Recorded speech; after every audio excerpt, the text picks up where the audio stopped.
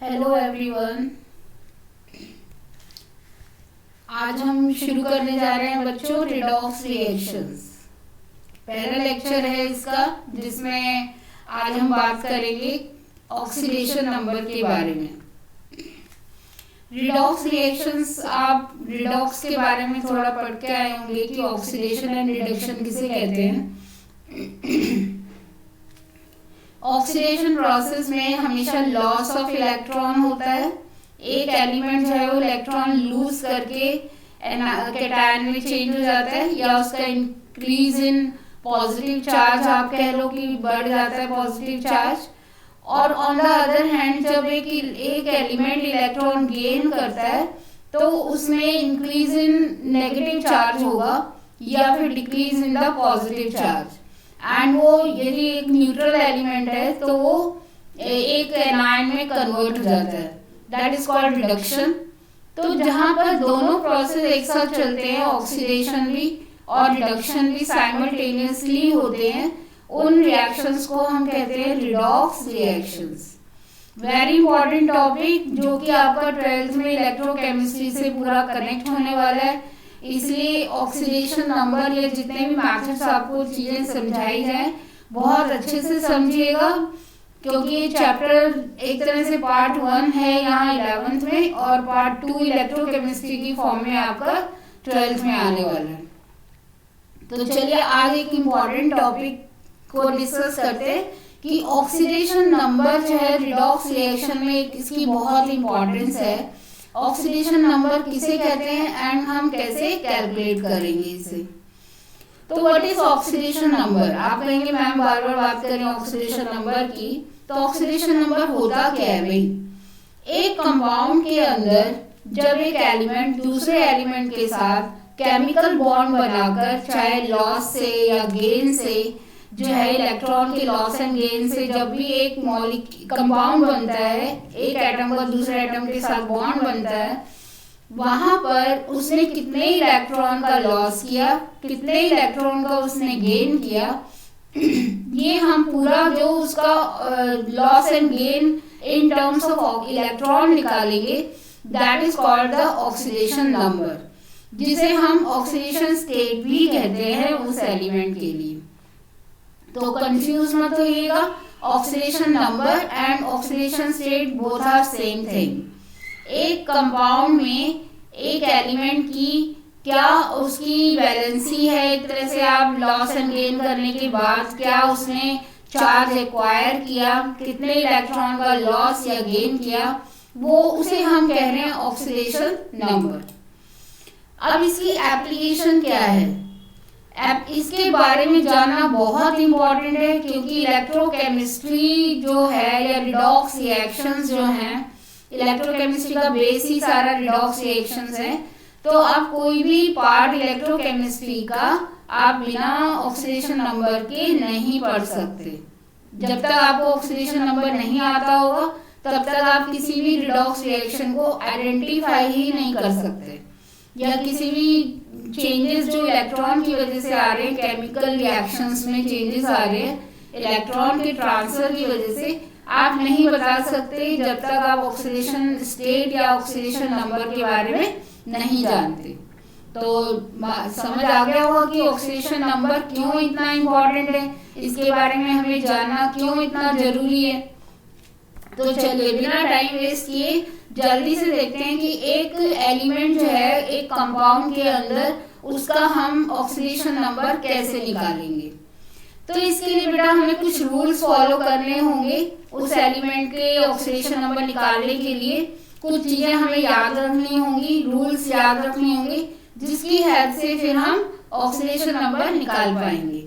ठीक है, तो सबसे पहले हम उन 2-4 रूल्स को ध्यान से समझते हैं।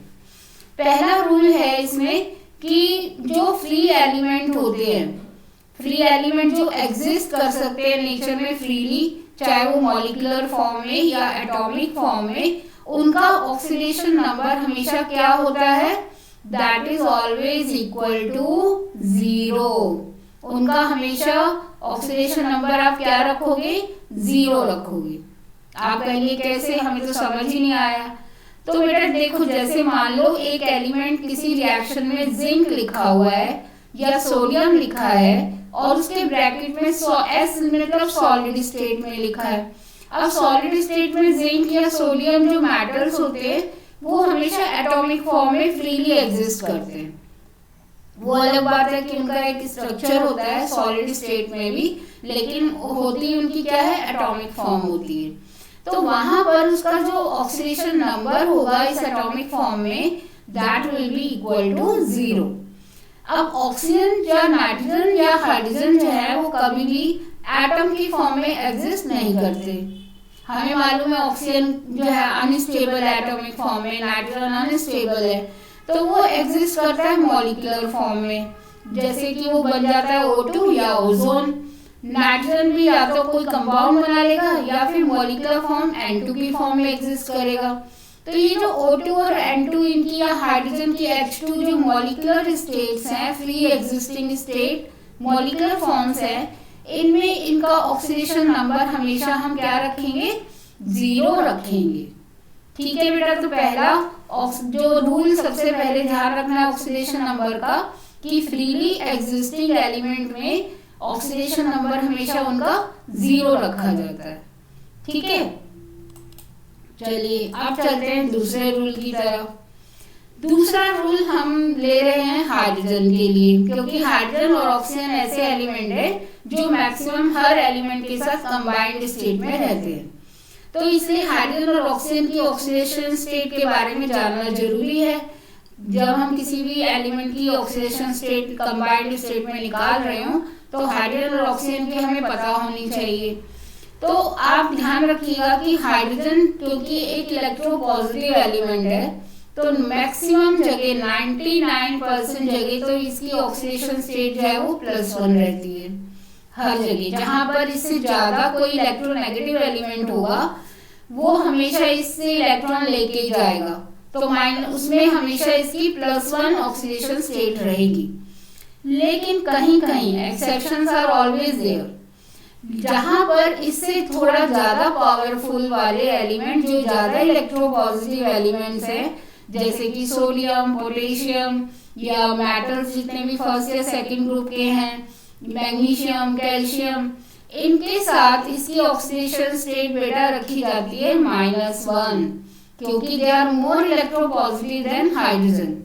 तो वहां पर हम हमेशा हाइड्रोजन को -1 ऑक्सीडेशन स्टेट में रखेंगे।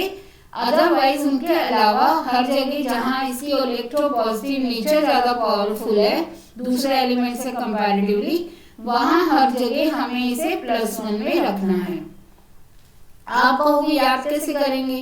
तो बेटा जितने भी एलिमेंट्स मेटल फर्स्ट या सेकंड ग्रुप के एलिमेंट हैं जिनके साथ हाइड्रोजन हाइड्राइड बनाता है, जैसे कि sodium hydride, calcium hydride, magnesium hydride या पोटेशियम हाइड्राइड, ज्यादा हाइड्राइड्स नहीं बनते हैं, हर एक के 5 या 6 हाइड्राइड्स ही हैं। वहां पर क्योंकि सोडियम, पोटेशियम, कैल्शियम ज्यादा इलेक्ट्रोपॉजिटिव हैं हाइड्रोजन से, वहां आप इसकी ऑक्सीडेशन स्टेट रखोगे -1। उनके अलावा जितने भी कंपाउंड आपको हाइड्रोजन के नजर आएंगे, वाटर, H2S, HCl वगैरह कुछ भी, वहां आप इसकी ऑक्सीडेशन स्टेट हमेशा +1 रखोगे। ठीक है, इतना छोटा सा माइनर ध्यान रखना है। हाइड्रोजन के केस में ये एक्सेप्शनल बिहेवियर हमें मेटालिक हाइड्राइड्स में ध्यान रखना, राइट। चलिए, तो ये समझ आ गया। तो अब हम चलते हैं तीसरे रूल की तरफ, जो है हमारा मोस्ट अबंडेंट एलिमेंट ऑक्सीजन, जो हर एक के साथ रिएक्शन करके ऑक्साइड्स में उन्हें बदल देता है। ऑक्साइड्स आपने पढ़े ही होंगे कि ऑक्साइड्स जहां पर ऑक्सीजन की वैलेंसी -2 होती है, तो हमेशा ऑक्सीजन जो है ऑक्साइड्स में हमेशा उसकी ऑक्सीडेशन स्टेट -2 ही रहेगी। लेकिन परऑक्साइड्स को छोड़कर परऑक्साइड्स में इसकी वैलेंसी आप रखेंगे बेटा -1।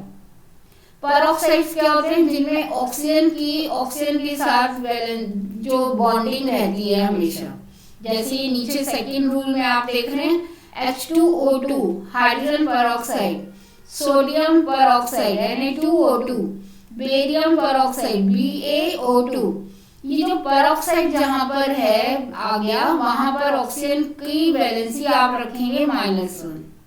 ठीक है, एक्सेप्शनल बिहेवियर ऑफ ऑक्सीजन।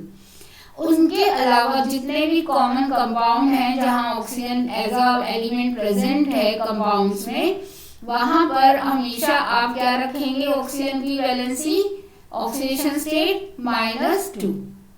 तो यहाँ भी ऑक्सीजन के लिए आपको ये एक्सेप्शन पेरोक्साइड के लिए ध्यान रखना है।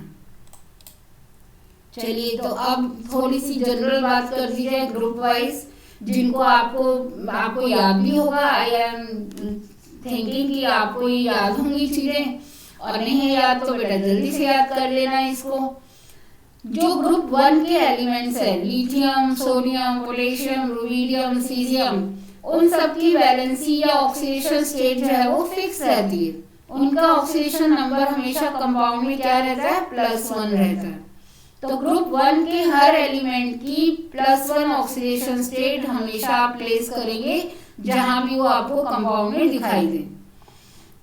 ऐसे ही जो ग्रुप 2 है, मैग्नीशियम, बेरिलियम, मैग्नीशियम वगैरह का, कैल्शियम का, उस ग्रुप 2 में आप उनके एलिमेंट्स की वैलेंसी रखेंगे, ऑक्सीडेशन स्टेट रखेंगे +2, जहां भी वो कंपाउंड में कैल्शियम, मैग्नीशियम, बेरिलियम ये नजर आएंगे वहां पर। इनकी फर्स्ट एंड सेकंड ग्रुप की वैलेंसी जो है वो फिक्स रहती है। ऐसे ही जो 17 ग्रुप है, हैलोजन फैमिली जिन्हें कहते हैं, फ्लोरीन, क्लोरीन, ब्रोमीन, आयोडीन, उनकी भी वैलेंसी हमेशा फिक्स है, दैट इज इक्वल टू -1। तो जहां भी इनके बाइनरी कंपाउंड आपको नजर आएंगे ग्रुप 17 एलिमेंट्स के, हैलोजन एलिमेंट्स के, वहां आप क्या रखेंगे उनकी वैलेंसी, दैट इज -1, राइट। तो ये 3 चीजें आपको ध्यान रखनी है ग्रुप वाइज, बहुत इजी है। बस अब हम आ गए लास्ट कंक्लूजन पार्ट पर कि ऑक्सीडेशन स्टेट या ऑक्सीडेशन नंबर, जब हम एक कंपाउंड में हर एलिमेंट का ऑक्सीडेशन नंबर जब हम ऐड करते हैं तो उनका एडिशन करने के बाद अलजेब्रिक सम जो है वो हमेशा क्या आता है, 0 आता है। किसमें, एक न्यूट्रल कंपाउंड में।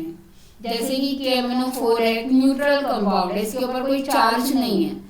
Na2SO4 कोई चार्ज उसके ऊपर हमने नहीं लिखा हुआ, ये न्यूट्रल मॉलिक कंपाउंड है। ऐसे न्यूट्रल कंपाउंड जिनके ऊपर कोई चार्ज ना लिखा हो, उनके अंदर जितने भी एलिमेंट्स हैं जैसे पोटेशियम, मैग्नीज, ऑक्सीजन, इन सब की जब हम वैलेंस ऑक्सीडेशन स्टेट का सम करेंगे, अलजेब्रिक सम करेंगे, तो उन सब के चार्जेस की वैल्यू कितनी आएगी, that will be always equal to 0। ठीक है, क्योंकि चाहे एक प्लस में होगा एक माइनस में होगा, जितना प्लस में होगा उतना ही माइनस में भी एलिमेंट कोई ना कोई होगा वहां पर कंबाइंड स्टेट में, और उनकी वैलेंसी जो है वो आपस में, ऑक्सीडेशन स्टेट जो है वो आपस में कैंसिल होकर क्या हो जाएगा, चार्ज 0 के बराबर हो जाएगा। बट एक जो आयनिक रेडिकल्स हैं, जो पॉलीएटॉमिक आयंस होते हैं जिन्हें हम रेडिकल्स भी कहते हैं, एक पॉलीएटॉमिक आयन के ऊपर क्योंकि चार्ज रहता है हमेशा, तो जब भी आप उनके एलिमेंट्स के चार्ज को प्लस करोगे, ऐड करोगे, तो उनके अलजेब्रिक सम की वैल्यू कितनी आएगी, जो उनके ऊपर चार्ज कैरी हो रहा है। जैसे मान लो ये सल्फेट आयंस की बात कर रही हूं मैं, तो SO4 में S और ऑक्सीजन के 4 एटम की ऑक्सीडेशन स्टेट को ऐड करने के बाद उनके जो चार्ज की वैल्यू आएगी, that will be equal to -2। Similarly manganate ions MnO4 -1, Mn की जो ऑक्सीडेशन स्टेट होगी और 4 ऑक्सीजन एटम की जो ऑक्सीडेशन स्टेट होगी, इनको ऐड करने के बाद उनकी जो वैल्यू आएगी, चार्ज की वैल्यू आएगी, that will be equal to -1। तो पॉलीएटॉमिक आयंस में जो उनका चार्ज उनके ऊपर कैरी करता है वो अलजेब्रिक सम के बराबर होता है, उनके एलिमेंट के चार्ज के बराबर होता है।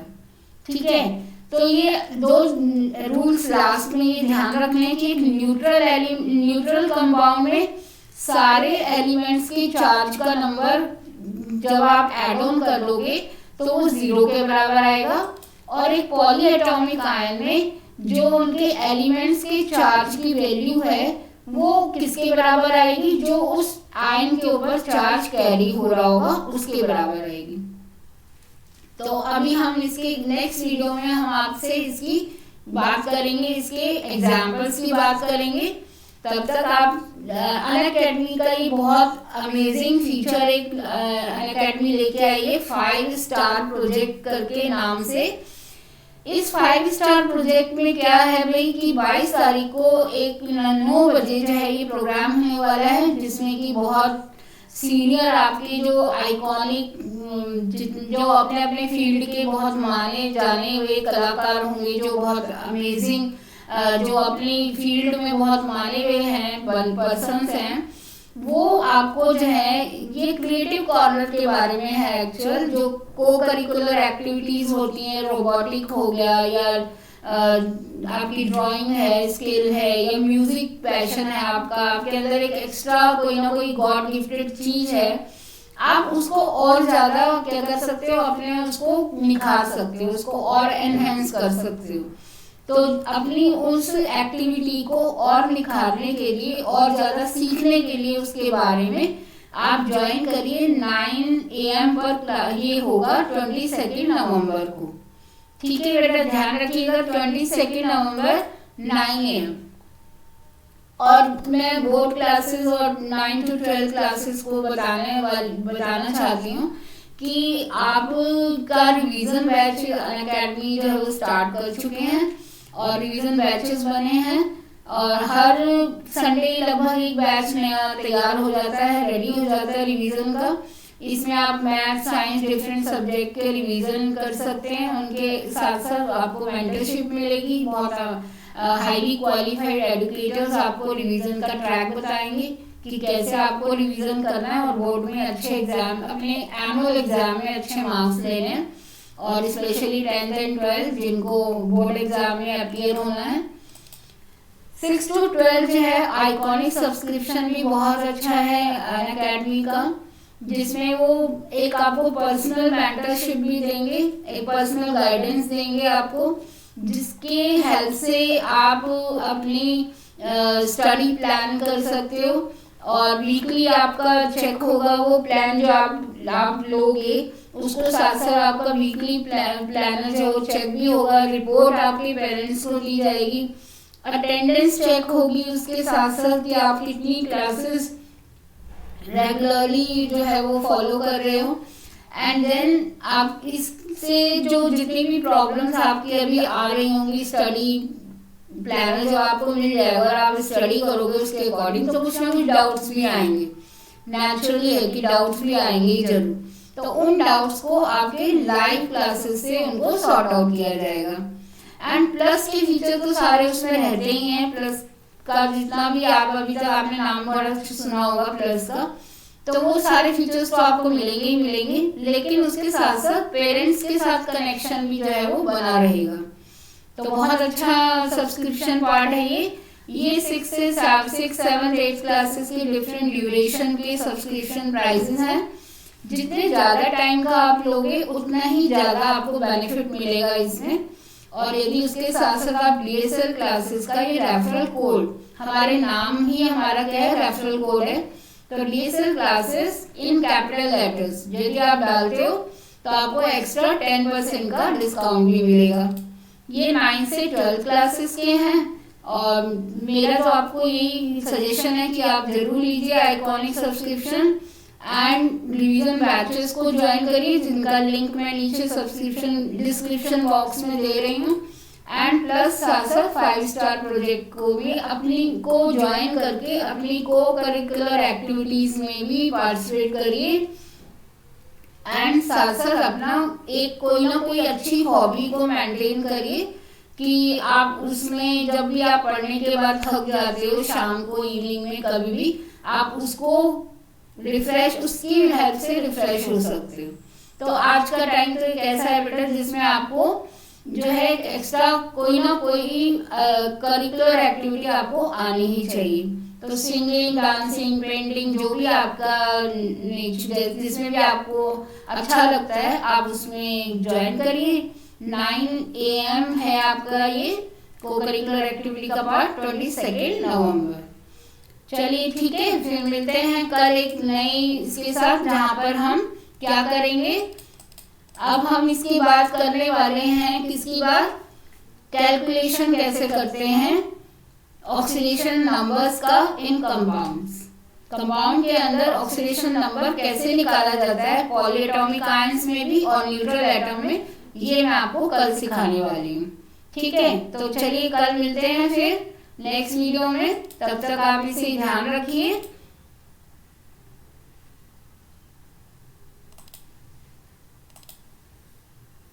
Till then bye.